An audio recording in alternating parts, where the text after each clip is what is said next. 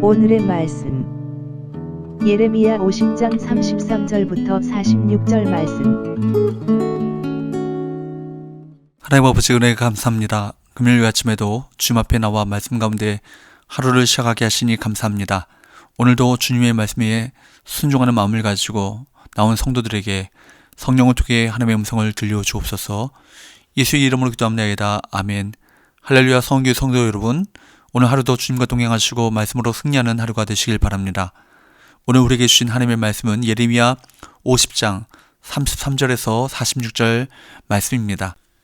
역사가들은 바벨론이 아수르를, 페르시아가 바벨론을, 헬라가 페르시아를 멸망시키는 일련의 과정이 그저 당시의 제국들의 역학관계로 이루어졌다, 그렇게 여길 수 있을 것입니다. 하지만 성경은 이것이 결코 인간이 주도한 역사라고 말하지 않습니다. 하나님의 백성을 바로 세우고 온 세상에 구원자를 보내시기 위한 하나님의 주권적 역사임을 명시합니다. 그 과정에서 드러나는 원칙은 하나님이 당신의 백성을 축복하는 자에게 복을 주시고 대적하는 자들은 멸하신다는 것입니다. 33절부터 34절까지 말씀을 보도록 할까요?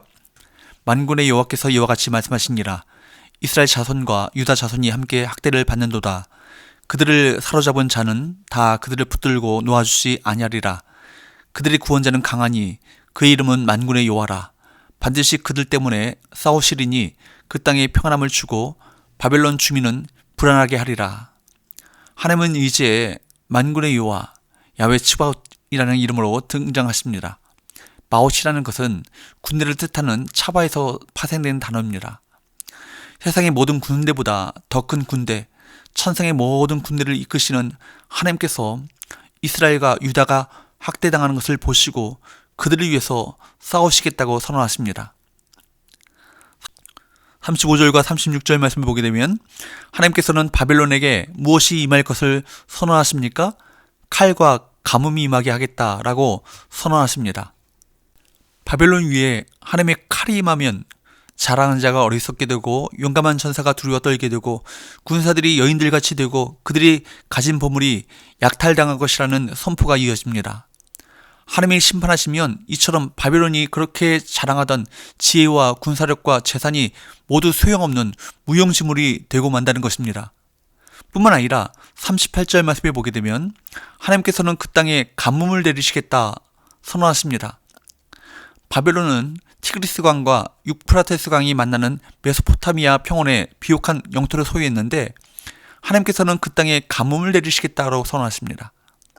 하나님께서는 소돔과 고모라를 사람이 살 수 없는 땅으로 만드신 것처럼 물이 많고 비옥한 메소포타미아 평원을 사막으로 들짐승과 승냥이와 타조가 사는 땅으로 만드실 수 있는 분입니다.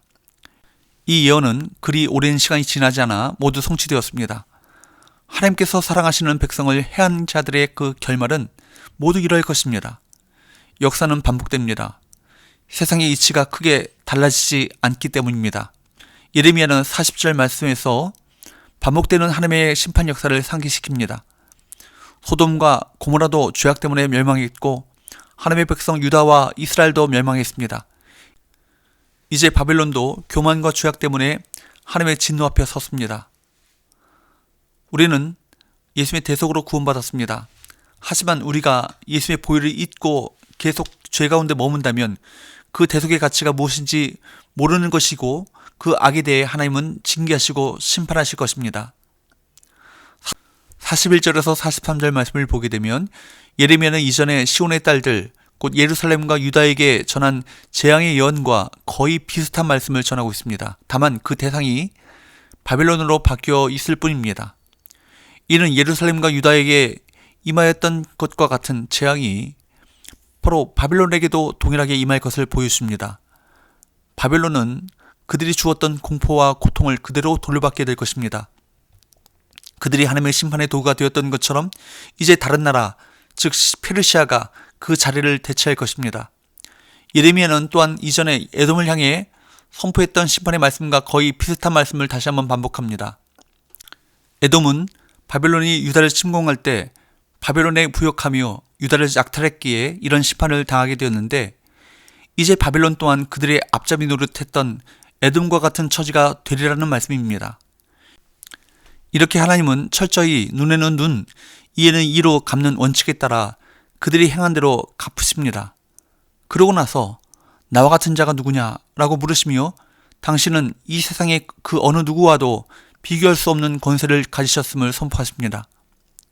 우리는 바로 이렇게 온 세상을 주관하시고 통치하시는 하나님을 섬기는 자들입니다. 하나님은 당신의 백성을 축복하는 자에게 복을 주시고 저주하는 자에게 저주하시며 해를 끼친 자에게 동일한 방식으로 벌하십니다. 그러므로 우리가 십자가의 은혜로 그분의 자녀가 되었다는 것, 이것은 정말 놀라운 은혜이고 복입니다. 사람들은 지금 시대에 신을 믿는 것을 비웃곤 합니다.